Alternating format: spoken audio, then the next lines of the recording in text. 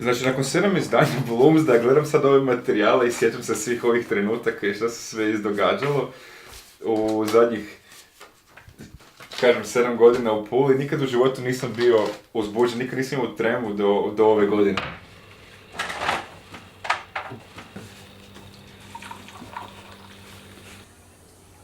Ne znam iz kojeg razloga, da li je to zato jer smo doista veći do sada, zato jer je veća ekipa, zato jer se povećao obujam posla, zato jer smo možda malo zagazili u teritoriju koju do sada nismo. U svakom slučaju da, lagano je stres, što je najbolje od svega znam da ljudi koji će doći tu neće imati nikakvih očekivanja, niti će itko paziti na nekakve detalje, niti će itko gledati na realizaciju, ali ti kad si naravno sa u tome kada se pripremaš za to, onda znaš zapravo što treba, kako ići, pa te svaka finesa muči. Ovo je bilo jako lijepo, jedna divna izložba. Onda prije 2 godine imali smo krompir kao talisman koji je Bloom nosio u svom džepu tijekom cijelog ulice. To je bio zapravo naš leitmotiv 2016. godine.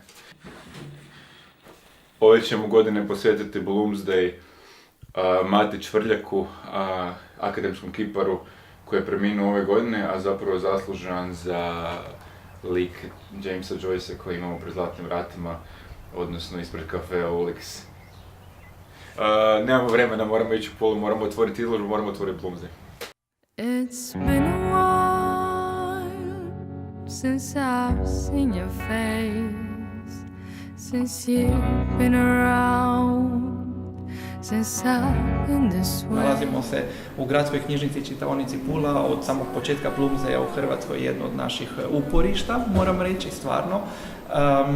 Znači, to je samo jedan mali dio, da tako kažem, jedna špic ledenjaka koji se može vidjeti, a cijeli je posao koji je odrađen do sada ogroman. Bilo je normalno puno više planova, to se onda nekad čak i ne iz financijskih razloga, nego čak možda nekad iz logističkih razloga ne da organizirati, zato jer smo, eto, što se vremena tiče, i Igor i ja uvijek nekako ograničeni, ali sve što radimo stvarno uvjereni i nadam se i uvjerljivo. Znači, motivacija je ogromna da širimo znanje o James Joyceu i postali smo stvarno, eto sad nije da citiram samog sebe, nego jedan mali brand, znači stvorilo se već isto ovdje što se tiče lokalnog stanovništva, onako jedna mala niša koja stvarno prati događaje, koja isto kako počne proljeće, kad se susrećemo, onda počnu pitati hoće li biti ove godine nešto, na čemu je težište, treba možda nešto pomoći i eto, tako da svima njima sam definitivno zahvalan.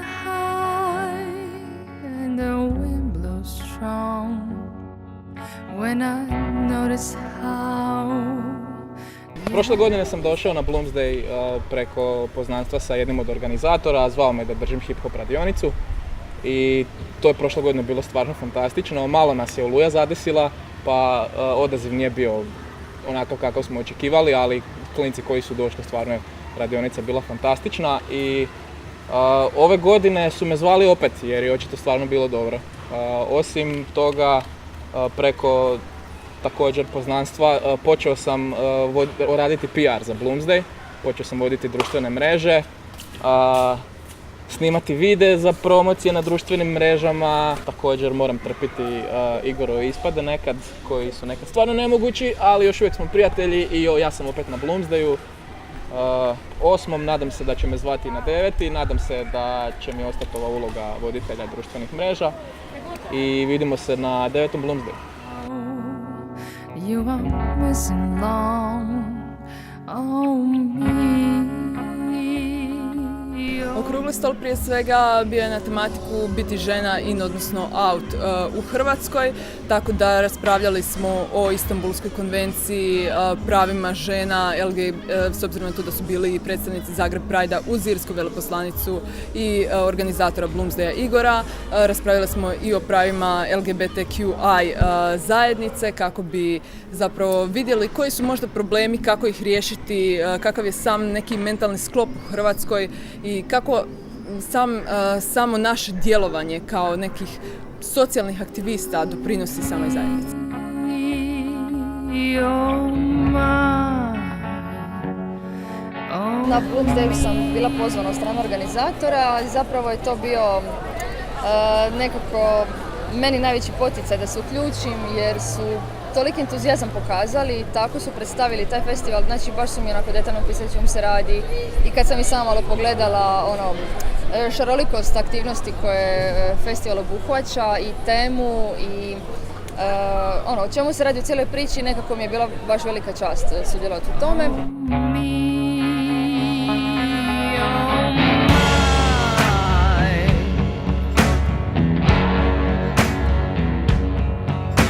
It's been a while since I've seen your face, since you've been around, since I've been this way, and I see the sky from the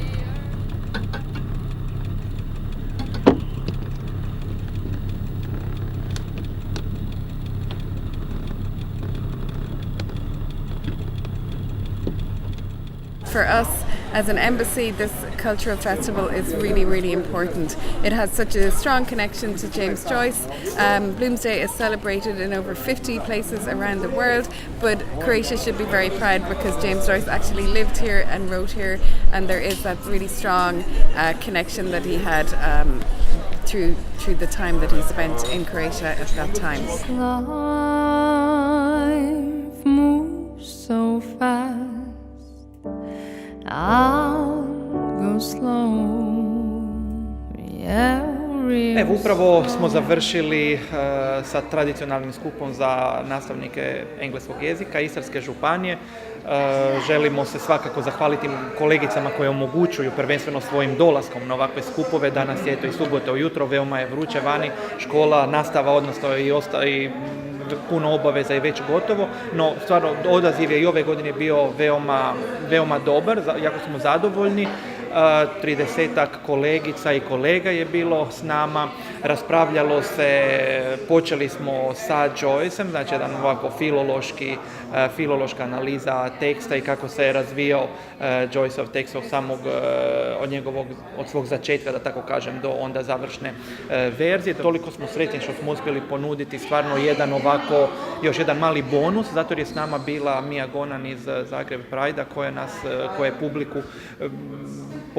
podučila malo ili informirala, bolje rečeno, o tome kako oslovljavati recimo pojave koje su možda manje konvencionalne ili koje su malo škakljive u školama. Pravo je zadovoljstvo to da smo imali s nama isto Donala, Irca koji je to pješači svijetom na putevima mira, koji je veoma simpatično s nama podijelio svoja iskustva u zadnjih 10-ak godina.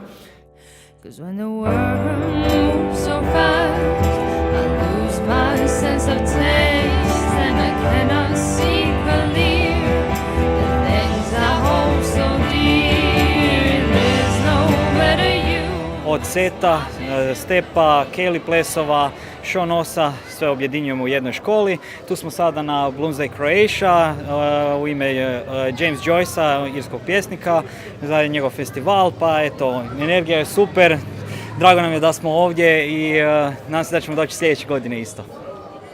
Znači kao nekakvom, ja bih rekao, radikalnom realistu, nakon dosta uloženog vremena i truda i koordinacije sa jako puno ljudi koji su uložili svoje vrijeme i trud, jedino može biti onako malo demotivirajući, razočaravajući moment kad vidiš da odaziv ljudi nije onoliki koliki si htio. Sad, naravno, poslije tome različiti razlozi, ali sve u svemu mi smo jako zadovoljni, ja sam jako zadovoljan jer je ekipa apsolutno sa srcem i entuzijazmom odradila sve iskreno.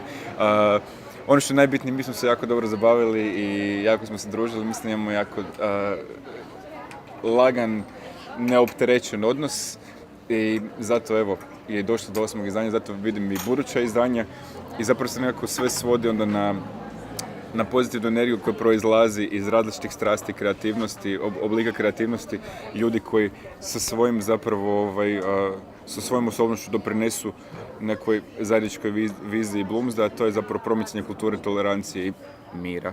Znam da zvuči patetično, ali stvarno jesu naše vrijednosti. Tipping his haggard, bony, bearded face, peering through the diamond panes, cries out, this is Bloom. I see her, it's she, the first night at Matt Dillon's. She didn't mean it, Mr. Bello. She'll be good, sir. Don't be too hard on her, Mr. Bello. Sure you won't, ma'am, sir. Svake godine zapravo Bloomsday ima jednu svoju konstantu, a to je javno čitanje. Sve krenulo zapravo u Zagrebu sa čitanjem centralne epizode Ulixa koja nije u Odiseji, a zove se Lutajuće stijene, gdje onda nas 18 čitalo 18 likova, paralelno sinkronizirano, dakle u jednoj kakofoniji glasova, da bi se to na kraju kristaliziralo. Iz te epizode onda nastala je tradicija koju imamo ovdje, ali nije nimalo originalna, zato jer svako slavlje Bloomsday u svijetu podrazumijeva javno čitanje, čime se naravno komemorira direktno Joyceova riječ i direktno se zapravo iznosi u nekakav javni prostor, u kontekst onoga što je javno, odnosno onoga što je dijeljeno, što je komunalno, što je društveno. So show me how gentle it is.